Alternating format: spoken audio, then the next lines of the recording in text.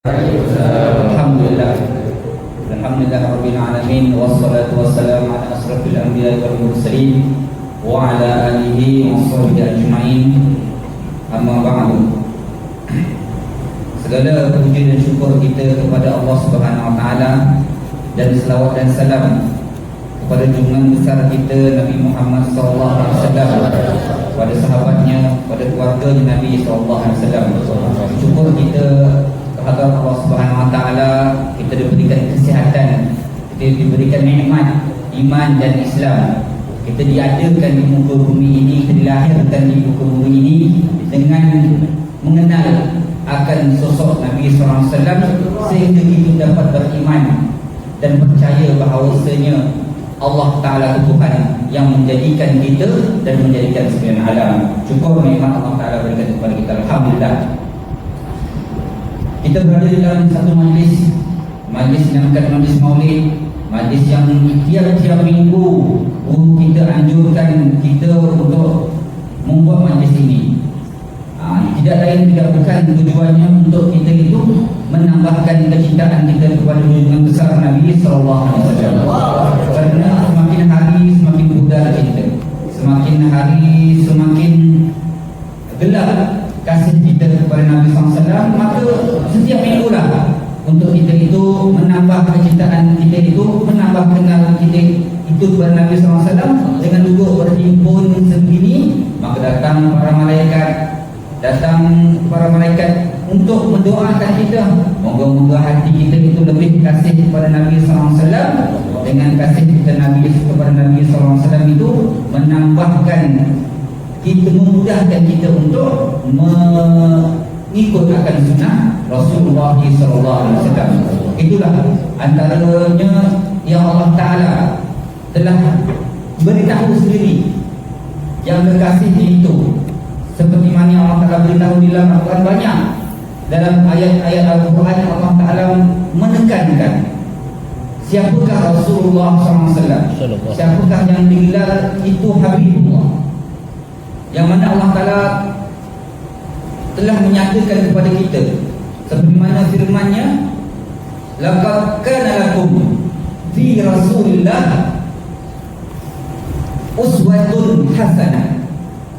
Yang mana Allah Ta'ala menekankan kita, laqad, sesungguhnya, didatangkan dengan huruf lam taukid.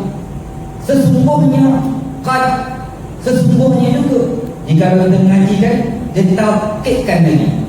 Setelah ditaukidkan, ditaukidkan lagi. Seperti mana maknanya sesungguhnya, didatangkan dengan lagi qad, didatang sesungguhnya. Nak mengatakan benar-benarlah, inilah dia sebenarnya, sesungguhnya laqad kana lakum, bagi kamu itu, laqad kana lakum, apabila didatangkan kana wa akhawatuha, kana saudaranya apa? Saudara kanan. Banyak saudara kanan, saya sebut sini bersama. Dan kana apabila dimasukkan, mana isim. Kana ni bukan isim, dia fi'il lah. Mana kalau fi'il naqis, mana pekerjaan, mana kata kerja, dia fi'il mudhari'. Fi'il madi yang telah berlaku.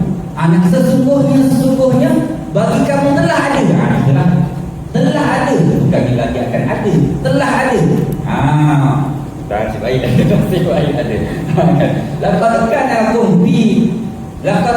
lakum, bagi kamu itu telah ada pada Rasulullah itu uswatun hasanatun, sebaik-baik ikutan. Nak katakan ayat Al-Quran yang Allah Ta'ala tekankan, sesungguhnya telah ada, memang ada, telah ditunjukkan bagi kamu itu sebaik-baik ikutan. Dan tidak akan sebaik-baik ikutan pada Rasulullah itu uswatun hasanatun, khabar kanan tadi, uswatun hasanah, sebaik-baik ikutan yang Allah tak. Kerana itulah kita tak perlu lagi lah untuk kita tu mencari lagi siapa yang kita nak ikutnya, siapa idola aku ya, aku ni jadi apa ya, aku ni ni jadi macam siapa ya? Yang Allah Ta'ala sendiri di dalam Al-Quran Allah Ta'ala berkata sendiri bahawasanya telah diberikan pada kita itu, telah ada pada kita itu sebaik-baik ikutan, iaitu Nabi SAW.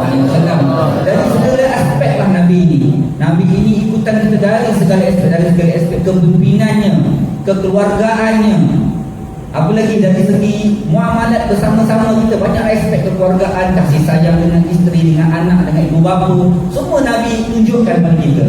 Baik kepemimpinan, muamalat, jual beli, semua Nabi tunjukkan. Banyak lagi lah semua aspek dalam kehidupan kita. Siapa ikutannya? Tidak lain dan tidak bukan Nabi SAW. Kerana itulah dari anak-anak semua, kita kena datangkan dalam hati kita yang kita nak ikut idola kita itu adalah Nabi SAW. Tak perlulah nak cari apa jadi apa ni. Adik kita jadi apa dik? Saya bang, kita nak jadi gamers. Wah, nak jadi gamers. Memang begitulah kita semua. Betul, ada saya jadi gamers? Ada? Tak ada.